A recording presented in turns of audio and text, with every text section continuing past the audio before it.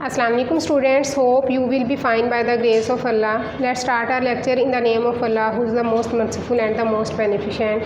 Students, आज हमारा lecture number 16 है। लेक्चर नंबर 16 में हम यूनिट नंबर 6 ही डिस्कस कर रहे हैं, रेशो एंड प्रोपोर्शन। तो इसमें आज जो हमने चीज़ डिस्कस करनी है वो है direct proportion and inverse proportion. आपकी बुक्स का जो पेज नंबर है 90, इसको ओपन करें। इस पे आपकी डायरेक्ट प्रोपोर्शन की डेफिनेशन है, इसको आपने हाईलाइट करने के साथ लर्न करना है। In direct proportion and increase in one quantity leads to a similar increase in the other quantity. Similarly when one quantity decreases it leads to decrease in the other quantity. Means अगर हमारे पास to quantities हैं, अगर one quantity increase कर रही है दूसरी भी increase करेगी, it is called direct proportion. Similarly if one quantity decrease, अगर एक क्वांटिटी डिक्रीज़ हो रही है तो दूसरी भी डिक्रीज़ होगी, it is called direct proportion. तो इसमें अगर हम एग्जांपल्स देखें तो हमारे पास एग्जांपल्स डायरेक्ट प्रोपोर्शन की आती हैं। डेली लाइफ में अगर हम नोट करें और हमारी इनकम इंक्रीज़ होती है, इनकम इंक्रीज़ हो रही है तो हमारे एक्सपेंडिचर्स भी इंक्रीज़ हो जाएंगे।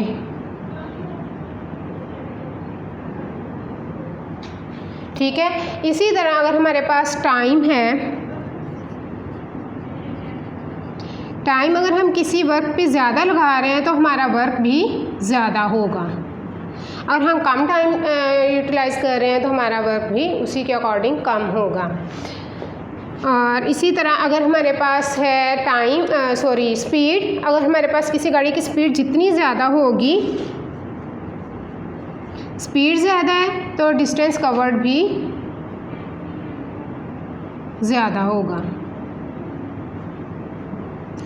और स्पीड कम होने से हमारा डिस्टेंस भी कम ही कवर होगा। ये आपका डायरेक्ट प्रोपोर्शन की एग्जांपल्स हैं। जिन क्वेश्चंस में रेशो आ रही है उनको हम डायरेक्ट प्रोपोर्शन या इनवर्स प्रोपोर्शन से सॉल्व करते हैं। नेक्स्ट है हमारे पास इनवर्स प्रोपोर्शन। इनवर्स प्रोपोर्शन की डेफिनेशन है, in inverse proportion an increase in one quantity leads to a similar decrease in the other quantity. यानी इनमें इनवर्स रिलेशन पाया जाता है। क्वांटिटीज़ में अगर एक इंक्रीज़ हो रही है तो दूसरी डिक्रीज़ होगी। Similarly when one quantity decreases it leads to an increase in the other quantity. अगर एक डिक्रीज़ हो रही है तो दूसरी इंक्रीज़ होगी। इसकी एग्जांपल हम अपनी डेली लाइफ में इस तरह देख सकते हैं कि अगर हमारे पास नंबर ऑफ़ वर्कर्स हैं, इनवर्स प्रोपोर्शन में नंबर ऑफ़ वर्कर्स जो कोई काम कर रहे हैं, अगर ये ज़्यादा होंगे तो काम कम दिनों में कंप्लीट होगा, और अगर नंबर ऑफ़ वर्कर्स को हम कम कर दें तो हमारे पास डेज़ जो हैं वो ज़्यादा लगेंगे, ज़्यादा दिनों में फिर वो काम कंप्लीट होगा। इसके अलावा फूड और मैन में भी इनवर्स रिलेशन है।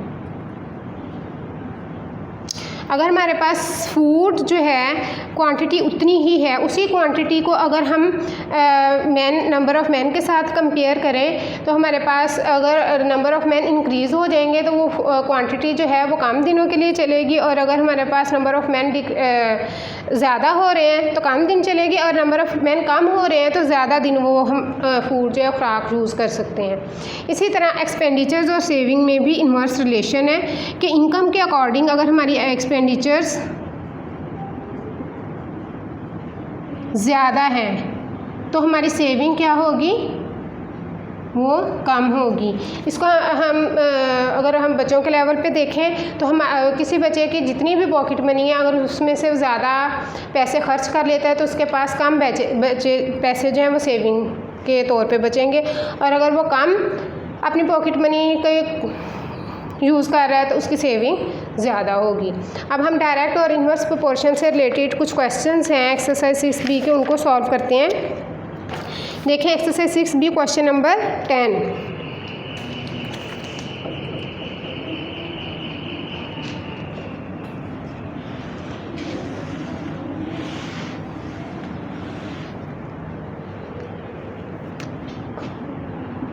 Exercise number 6B question number 10। हाँ जी, if Shahida can iron 5 handkerchiefs in 7 minutes, how long will she take to iron 35 हैंडकरचीफ्स।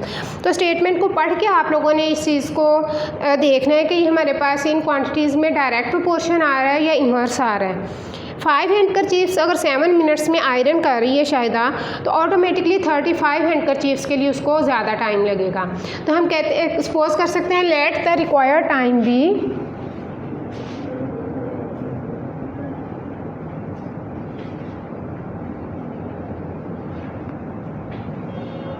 x minutes. ठीक है, 7 जो है 5 हैंडकरचीफ्स के लिए 7 मिनट्स है, तो 35 हैंडकरचीफ्स के लिए जो हमने लिए वो हमारे पास x मिनट्स आ रहे हैं। तो हमारे पास इनकी रेशो क्या बनेगी, ratio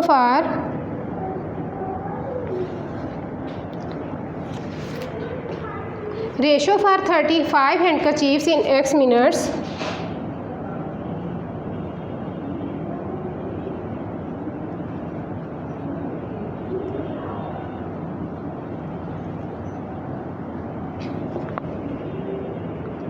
will be 35 ratio x। अब जो उन्होंने हमें रेशो दी हुई है हैंडकरचीफ्स और मिनट्स की, स्टार्ट में वो है 5:7, तो हम इसको ऐसे लिख सकते हैं, as this is direct proportion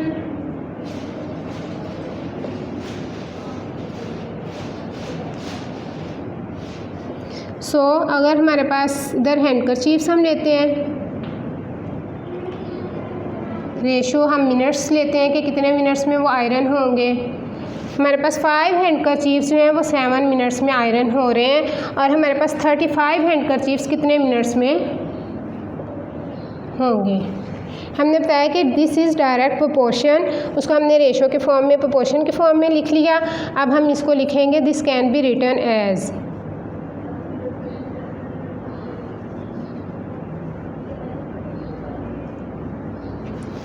हम इसको कैसे लिख सकते हैं, इसको आपने नोट करना है, क्योंकि डायरेक्ट और इन्वर्स के क्वेश्चंस को सॉल्व करने के लिए हमारे पास मेन यही है कि हमने उनको यहाँ से कैसे लिखना है। अगर मैं इधर 5/35 लिख रही हूँ इस डायरेक्शन में, तो इसको भी मैं इसी डायरेक्शन में लिखूँगी। 5/35 लिख रही हूँ तो ये 7/x आएगा इन डायरेक्ट प्रोपोर्शन। डायरेक्ट प्रोपोर्शन में लिखने का ये मेथड होगा कि अगर हम 5/35 लिख रहे हैं इस डायरेक्शन में, तो 7 और x को भी हम इसी डायरेक्शन में फ्रैक्शन की फॉर्म में लिखेंगे। यहाँ पे हम यूज़ करेंगे क्रॉस प्रोडक्ट।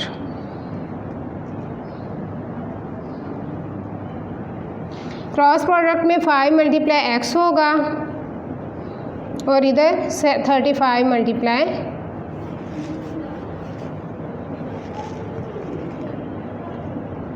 7 आएगा। तो x इक्वल आएगा 35 × 7 divided by 5। 5 7s are 35 and x is equal to 49. So required time is 49 minutes. तो आप लोगों ने इस चीज़ को नोट किया है कि हमारे पास अगर 5 हैंडकरचीफ्स 7 मिनट्स में हो रहे थे, तो 7 मिनट्स में 5 हैंडकरचीफ्स हो रहे हैं। अब अगर हैंडकरचीफ्स 35 हैं तो उनके लिए मिनट्स भी ज़्यादा रिक्वायर्ड है। ओके स्टूडेंट्स, इसके बाद है हमारे पास question number 11। In a certain town the ratio of the number of cars to that of taxis is 15:4। वो कार्स और टैक्सीज की रेशो दे रहे हैं किसी भी टाउन में। If there are 172 taxis in the town, find the number of cars there. तो इसको हम सिंपल मेथड से सॉल्व करेंगे। इसमें हमारे पास डायरेक्ट और इनवर्स प्रोपोर्शन का कॉन्सेप्ट यूज़ नहीं होगा। क्वेश्चन नंबर 11 में इसको हम जस्ट प्रोपोर्शन वाले स्टाइल में सॉल्व करेंगे। Question number 11, ratio of number of cars to taxis. Ratio उनकी क्या है, ratio of number of cars to number of taxis is equal to 15:4। 4, this can be written as 15/4 in fraction form. If there are 172 taxis, number of taxis कितनी है? is equal to 172. Then find the number of cars. Let number of cars is equal to x. Unknown के लिए जैसा कि हम x pose करते हैं, तो अब हम इसको प्रोपोर्शन की फॉर्म में लिखेंगे नंबर ऑफ़ कार्स और टैक्सीज़ की रेशो के साथ. Number of cars over number of taxis is equal to ratio of number of cars to taxis 15/4. तो अब हमें number of cars find out करनी है और नंबर ऑफ़ टैक्सीज़ हैं हमारे पास 172 इज़ इक्वल टू 15/4. तो यहाँ से स्टूडेंट्स अगेन हम क्या यूज़ करेंगे? Cross product method. Cross product method के अकॉर्डिंग हमारे पास ये आगे सॉल्व होगा.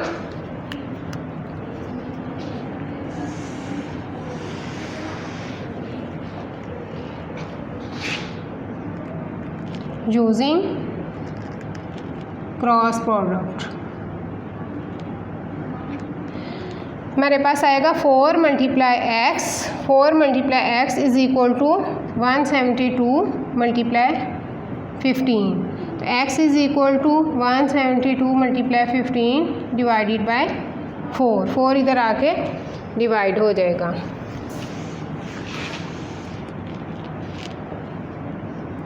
इसकी कटिंग करते हैं. 4 4 ज़ार 16 एंड 4 3 ज़ार 12.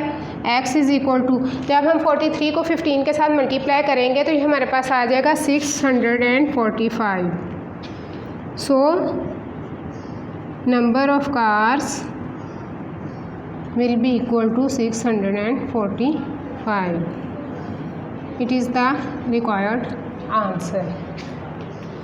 ओके स्टूडेंट्स, इसके बाद है हमारे पास question number 12. If the ratio of the number of boys to that of girls in a school is 4:3. If the number of girls in the school is 162, find the number of boys in it. ये एक ही question है लेकिन इसमें 2 steps में इसने solve होना है, क्योंकि वो हमें नंबर ऑफ़ बॉयज़ और गर्ल्स की रेशो दे रहे हैं. इसके बाद नंबर ऑफ़ गर्ल्स के बाद उन्होंने नंबर ऑफ़ बॉयज़ का फाइंड आउट करें. Then find the ratio of the girls to the total number of students in the school. अब सबसे पहले हम number of boys find out करेंगे, फिर हमें number of boys find out करने के बाद ये पता चल जाएगा कि टोटल स्ट्रेंथ स्कूल की कितनी है. फिर हम नंबर ऑफ़ गर्ल्स और टोटल स्टूडेंट्स में जो है रेशो फाइंड आउट कर पाएंगे. तो सबसे पहले हम लिखते हैं ratio of number of boys to number of girls.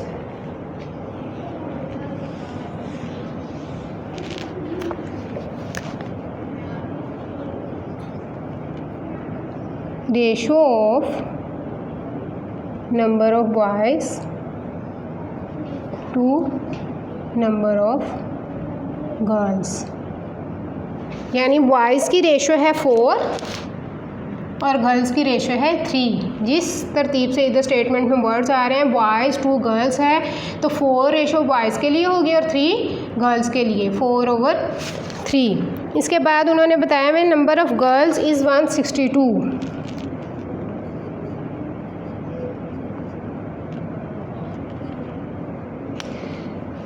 Late number of boys हमने फाइंड आउट करने हैं. इसको हम सपोज नहीं करते, ऐसे ही रहने देते हैं स्टेटमेंट की फॉर्म में नंबर ऑफ़ बॉयज़. तो अब हमारे पास number of boys to girls की रेशो है 4:3. तो इसको हम प्रोपोर्शन की फॉर्म में लिख लेंगे number of boys over number of girls is equal to 4:3. Boys के अगेंस्ट इधर बॉयज़ की ही रेशो आएगी और गर्ल्स के अगेंस्ट इधर गर्ल्स की रेशो आएगी. अब हम number of boys find out करने के लिए इसको क्रॉस प्रोडक्ट इसका लेंगे. जैसा कि नंबर ऑफ़ गर्ल्स हैं 162, it is equal to 4/3 using cross product. Cross product जब हमने यूज़ करना है इसमें, तो ये हमारे पास आ जाएगा 3 multiply number of boys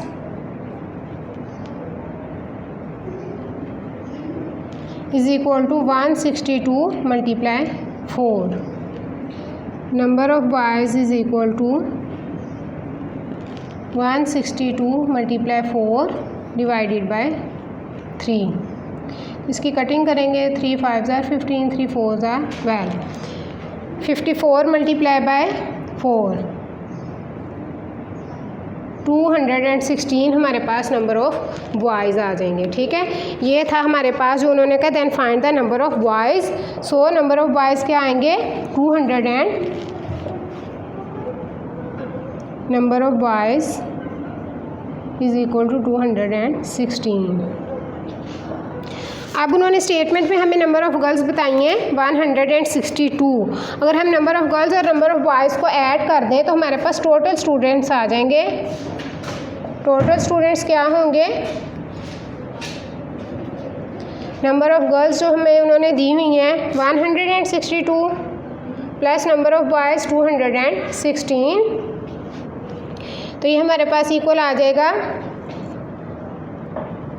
378 students हमारे पास जो है टोटल स्टूडेंट्स आ जाएंगे. अब जो इसका सेकंड पार्ट उन्होंने दिया हुआ then find the ratio of the number of girls to the total number of students in the school. तो अब हम ये चीज़ फाइंड आउट करते हैं.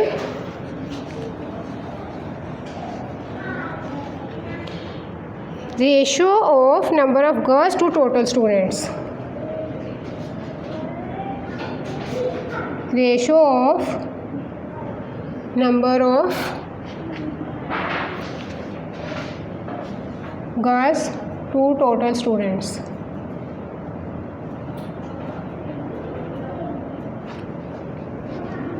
हाँ जी, गर्ल्स हैं हमारे पास 162. रेशो हमारे पास टोटल स्टूडेंट्स हैं 378. तो सबसे पहले अगर हम इसको चेक करें तो ये 6 से डिवाइड हो जाएंगी दोनों वैल्यूज़. हम इसको डिवाइडेड बाय 6 कर लेते हैं ताकि इसकी सिंपलेस्ट फॉर्म आ जाए.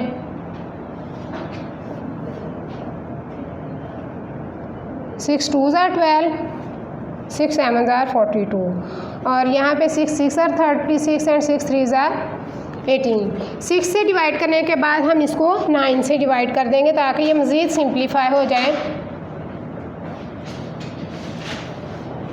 9 3 ज़ार 27 एंड 9 7 ज़ार 63. तो हमारे पास number of girls to total students की रेशो आ रही है 3:7. It is the required answer. हाँ जी, इसके बाद है question number 13. If 2 carpenters make a table in 3 days, how many days will it take 3 carpenters to complete the table. अब हमारे पास वर्क और टेबल में नंबर ऑफ़ डेज़ में और वर्क में इन्वर्स रिलेशन है. अगर हमारे पास नंबर ऑफ़ मैन जो हैं वो पहले 2 हैं और वो 3 days में टेबल को कंप्लीट कर रहे हैं. और अब वो कह रहे हैं कि 2 कारपेंटर्स के बाद अगर 3 कारपेंटर्स हैं तो वो उसको कितने डेज़ में कंप्लीट करेंगे.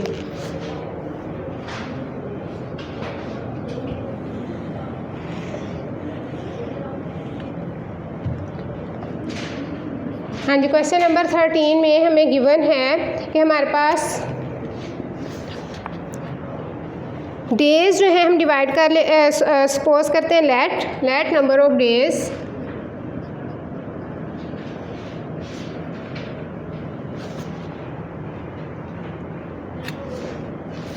Days to complete the table.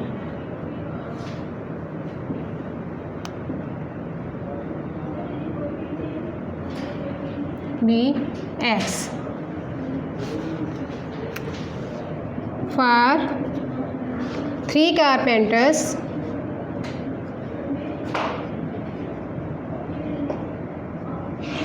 number of days. इसमें आएगा ratio for 3 carpenters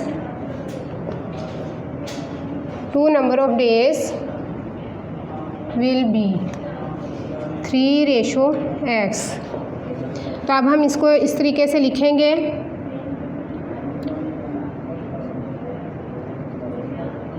carpenters ratio number of days. Okay students, तो हमें पता है कि 2 कारपेंटर्स जो हैं टेबल को 3 डेज़ में कंप्लीट कर रहे हैं, ठीक है। फिर वो हमें कह रहे हैं कि 3 कारपेंटर्स जो हैं वो उसको कितने डेज़ में कंप्लीट करेंगे, उसके लिए हमने एक्सपोज किया था, ठीक है। अब आप इसको देखें, 2 कारपेंटर्स हैं वो 3 डेज़ में कर रहे हैं। मैंने आपको बताया था कि नंबर ऑफ़ वर्कर्स अगर कम हो जाए, ज़्यादा हो रहे हैं तो डेज़ जो है वो कम हो जाएंगे।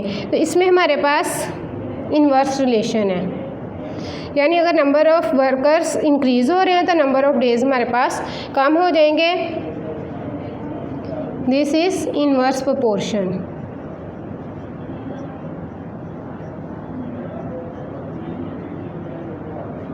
And it can be written as,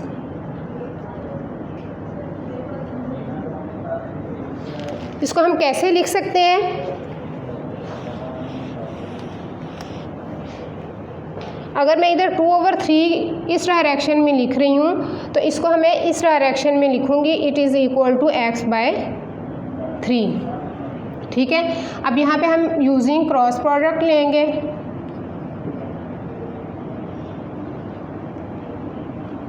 तो ये हमारे पास आ जाएगा 3 × x is equal to 2 × 3।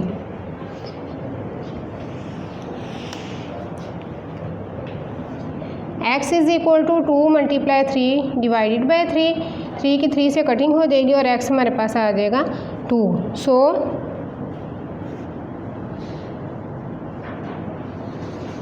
Required days will B 2,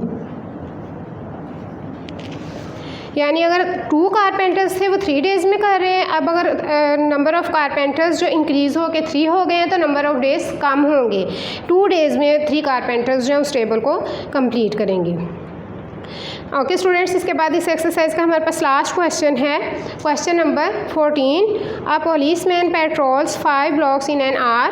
If 2 more policemen are assigned to the area, how many blocks can they cover in the same time? ठीक है, यानी ज़्यादा अब पुलिसमैन जो है वो ज़्यादा हो रहे हैं तो ज़्यादा ब्लॉक्स को ही पेट्रोल कर पाएंगे ना। तो इससे हमें ये पता चल रहा है कि हमारे पास डायरेक्ट प्रोपोर्शन है।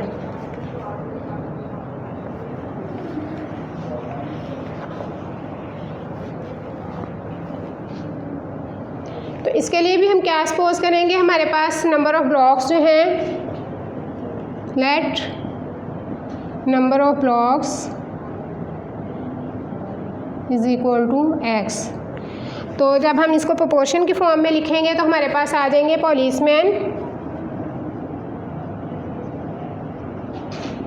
रेशो ब्लॉक्स, यानी अगर हमारे पास 1 पुलिसमैन है वो 5 ब्लॉक्स को पेट्रोल कर रहा है, उसके बाद 2 मोर मीन अगर हमारे पास पहले 1 था, इस 1 के साथ 2 मोर पुलिसमैन आ जाते हैं तो हमारे पास कितने बन जाएंगे, 1 + 2 3 पुलिसमैन जो हैं वो x ब्लॉक्स को पेट्रोल करेंगे। तो हमें पता है कि हमारे पास अगर नंबर ऑफ़ मैन इंक्रीज़ हो रहे हैं तो ज़्यादा वर्क करेंगे, ज़्यादा ब्लॉक्स को पेट्रोल करेंगे, तो ये हमारे पास डायरेक्ट प्रोपोर्शन बनेगा। This is direct proportion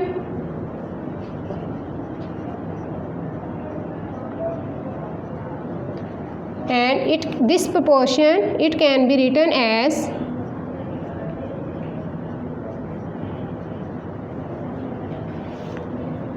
(1 / 3) is equal to 5/x। ठीक है, इसी डायरेक्शन में इस पुलिसमैन को हम लिखेंगे 1/3 फ्रैक्शन आ जाएगा और इसको भी इसी डायरेक्शन में लिखेंगे 5/x, क्योंकि ये डायरेक्ट प्रोपोर्शन है। अब हम इसमें using cross product method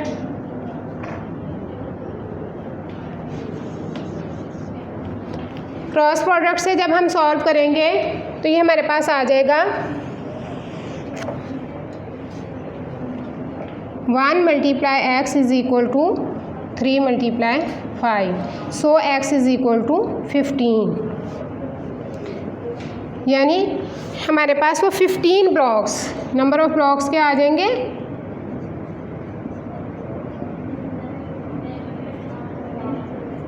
number of blocks is equal to 15।